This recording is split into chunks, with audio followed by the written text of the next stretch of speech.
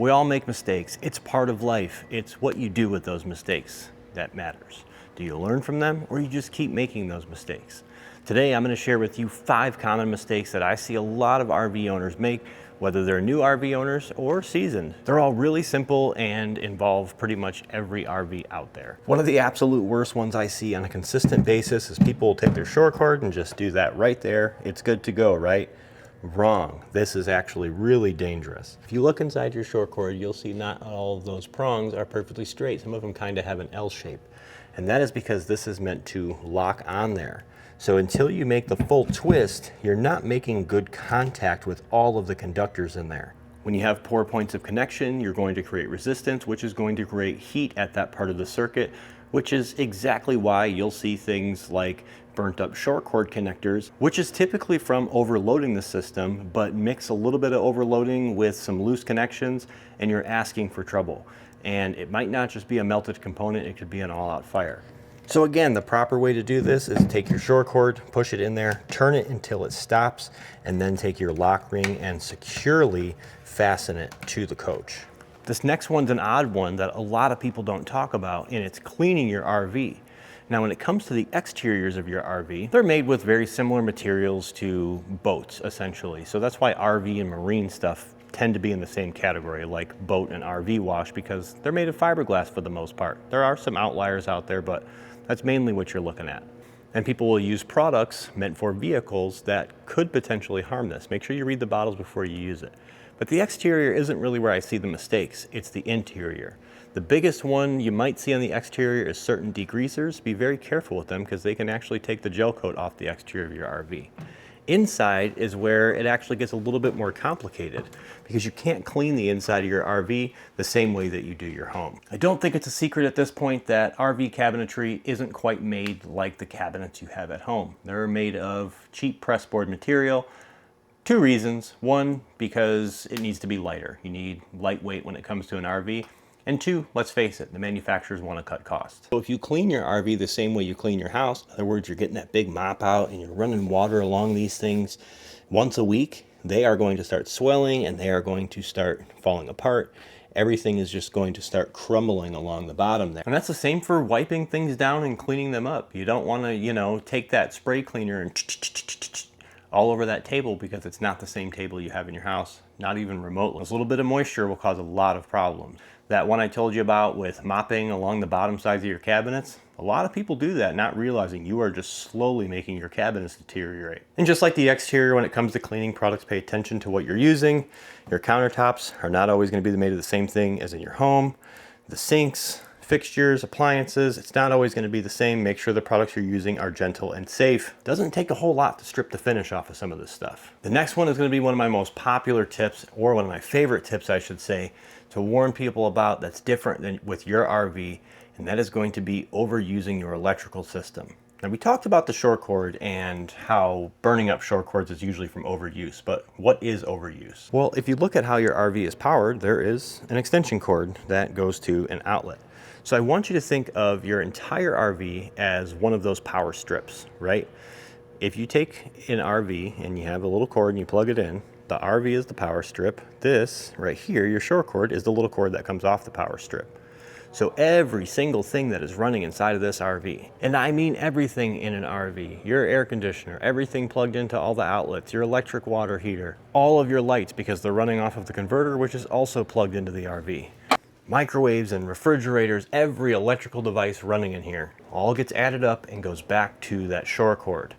If you overload that shore cord, it's not always going to trip the breaker at the pedestal. That's a misconception. So overloading the system can lead to burned up outlets, burned up shore cord connectors. It can lead to all different kinds of things in your electrical system burning up because this isn't like a house. You don't have a 100, 120 amp, 200 amp power supply. You have a 30 amp or a 50 amp. So you have a lot of limitations, and a lot of people just don't realize that you can't just willy-nilly plug things in an RV the same way you do a home. Number 4 is going to be tires. I see this one ignored all too often.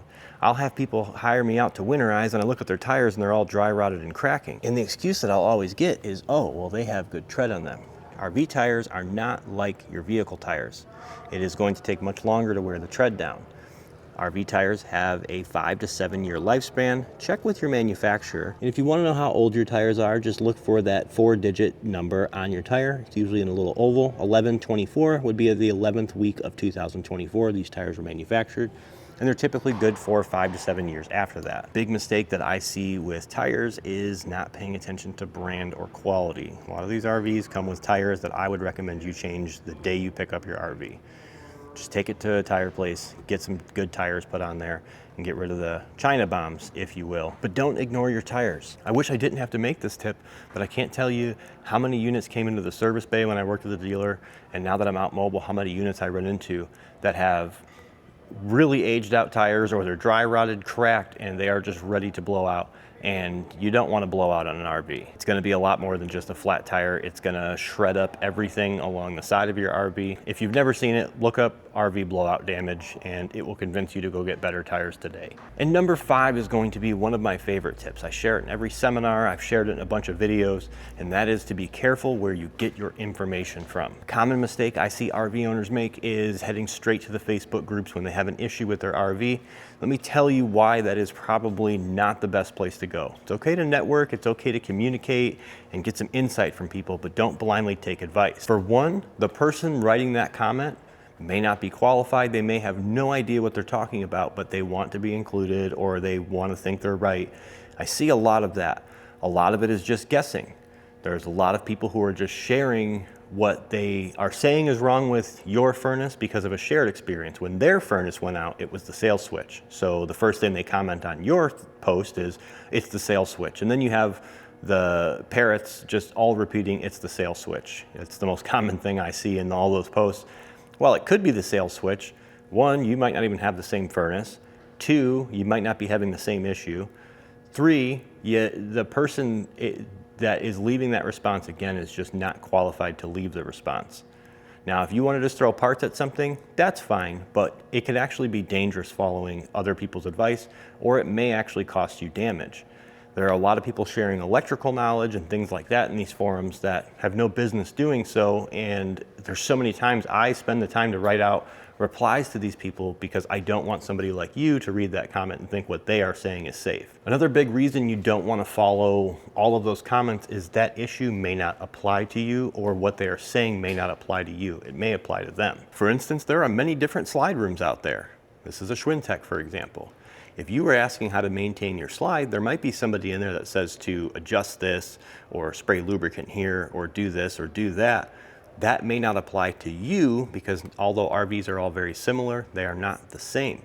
What one service or maintenance might benefit that person leaving a comment may actually cause you damage, like leaving a bunch of grease in your Schwintek rails.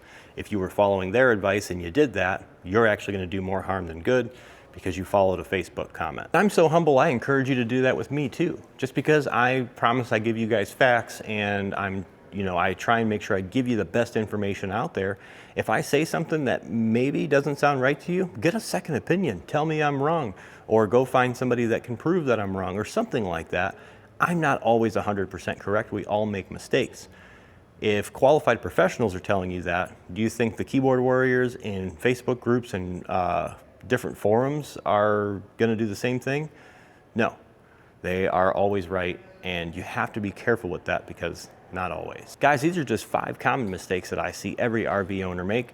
What is something that you think that every RV owner should know? If you're an experienced RV owner, leave something in the comments that every single new RV owner should know. Maybe a mistake that you've learned, something you wish you knew earlier. Who knows, maybe I'll make a video about it. In the meantime, if you guys want to see some more RV tech tips, tricks, and even some tutorials, make sure you guys are pressing that subscribe button.